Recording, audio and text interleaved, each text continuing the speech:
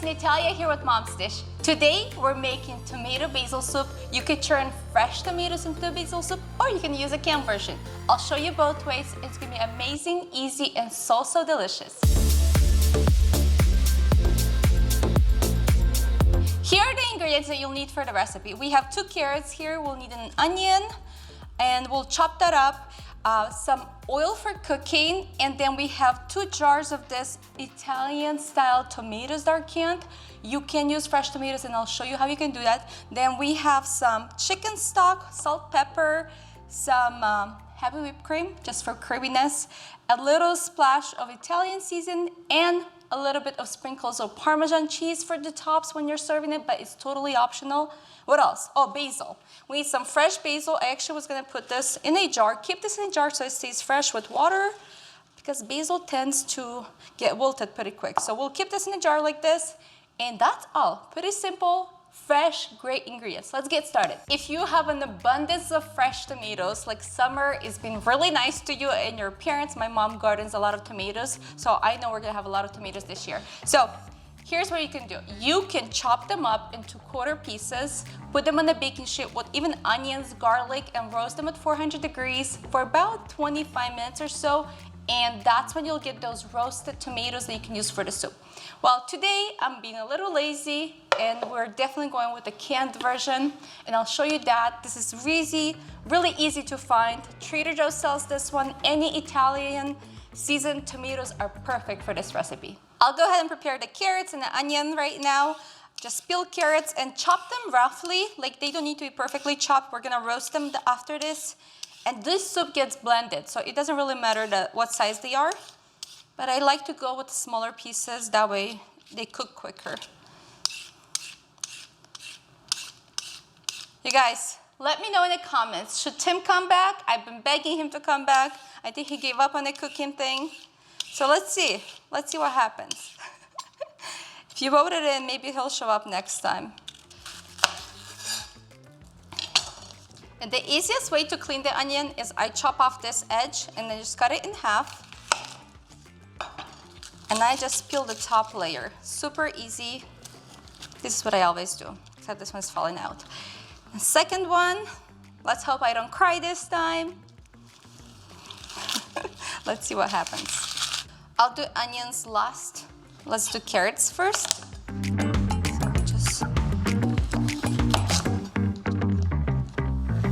So just cut it into tiny cubes or like smaller cubes.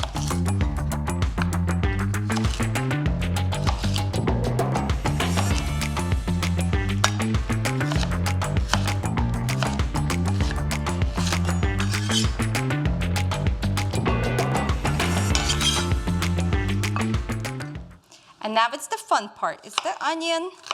I'm gonna cut this up pretty quickly, that way I don't get into tears here. Doesn't need to be perfect, just roughly chop it up. Now I'm preheating some avocado oil in the pot. You gotta be a little generous. Several tablespoons is perfect because you wanna saute the vegetables like the carrots and onions in a lot of flavor. I'll wait for this to preheat a little bit and then I'll toss in the carrots and onions inside the pot and we'll get rolling with it. Now I'm adding the onions. Whoa, that was preheated. Some carrots. It's a nice sizzle, that's what you want. Toss this together.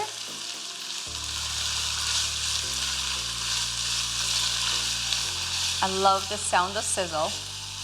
Okay, I'll let this cook for a minute and then we'll add in the tomatoes.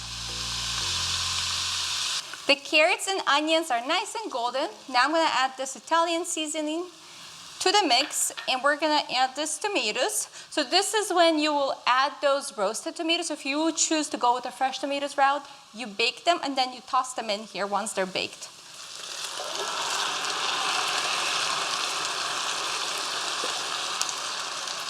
Okay, one more.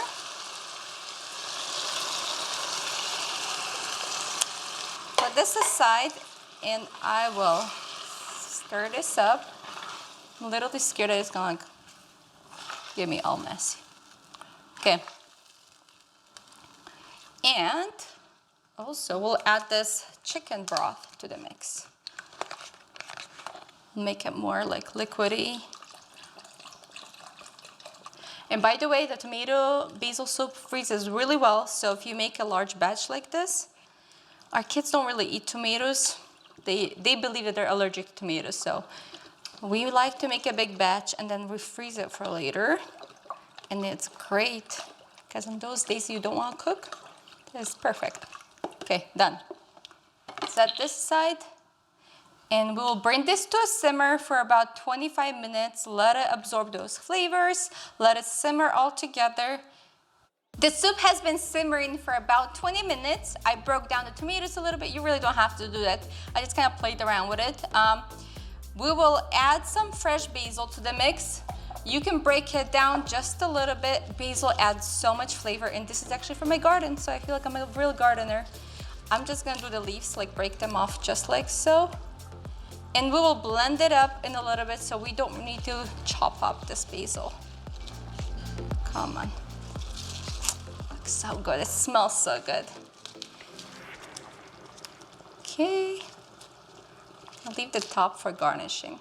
And by the way, to grow basil, it grows really nice in a like very moist environment. So if you gotta water it a lot, put it in a sunny place, water it literally every day. And it's just gonna grow. I'm gonna stir this all together. Now put this aside. I'm gonna turn down the heat just a little bit for now. Few things. The way you blend the soup, I have one of these tools. Honestly, I don't even know what they're called. Hand blender. But you can use a blender or you can use this hand blender. If you're using a real like Vitamix or Blendtec, do it in small portions, like really like small portions, a cup or 2 cups at a time, because I did this the other day and it blew up everywhere. My whole kitchen, we were actually at the cabin. The kitchen was all a mess. So I had to clean it up afterwards. So just a huge, very important tip, because the heat is so hot on the soup, when you blend it up, like it literally explodes. So be careful. Start on the bottom. I'm scared. Whoa. I forgot I turned it on. That's why I got like, okay. So I'm gonna slightly turn it on and do it on the bottom. When you do this, don't like lift it up because it's gonna splatter everywhere. So I'm gonna be very careful. And we're gonna blend all the vegetables so there's no chunks.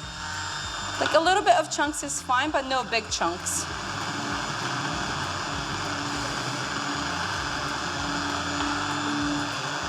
I'm scared. Gotta be extra cautious on camera because we don't want to redo this whole thing. A beautiful, beautiful creamy soup. You're gonna turn up the heat again. It's a good time to season. You can use these things. I have a big pile of salt, so it's just easier this way. That's a lot of salt. But it's gonna be good. Salt with tomato soup. Have to be a little salty. So if you're planning to freeze some of this soup for later, I recommend adding heavy whipped cream only later, right before serving, because it adds that creamy texture and it's great. When you freeze heavy whipped cream, it doesn't hold the same texture. So I am adding all of this in here right now because we're just gonna indulge in this creamy soup, and we'll just bring it to a simmer.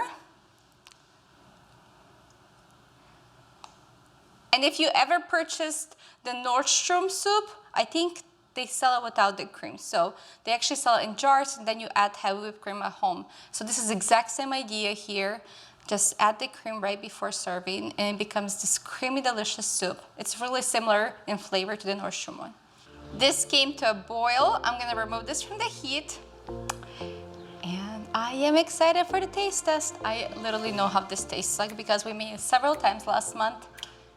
Turn this off, move it to the side. It's heavy. The best part is here. We're gonna do a little taste test.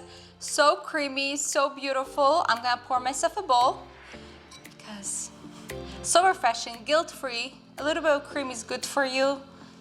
Keto approved, probably. I think so. Not too much of a keto portion, so I don't know. But I think that's enough. Let's do this. a little bit of Parmesan cheese on top. Totally optional. I just like a little bit of that like deep flavor of Parmesan cheese. And then we'll do beautiful basil leaf on top just because it looks cute. How beautiful. I'm pumped. Oh, also I have some freshly baked bread. Well, it feels like it's freshly baked bread, but it has this big lumps, just kind of like the homemade that we have in one of our recipes. So if you want to make the homemade version, we'll link to it down below. But I was at the store yesterday and I saw it, so I purchased it. One of the best ways to enjoy tomato soup is either grilled cheese or fresh bread, and I like to dip it in, just like so. Look at this. I took a bite of this and my mouth is watering because I want to go for more. Delicious, amazingly, like such a good soup. We made it probably in the last month 5 or 6 times. We took a batch of it to a cabin because if you get the jarred version, it's super easy to travel with it. Made it for our friends, everybody loved it. Just like the Nordstrom one, my mouth is watering, I can't talk. Let us know what you think in comments, subscribe, I wanna see what you think. I do wanna hear from you in comments, and we will see you next week again.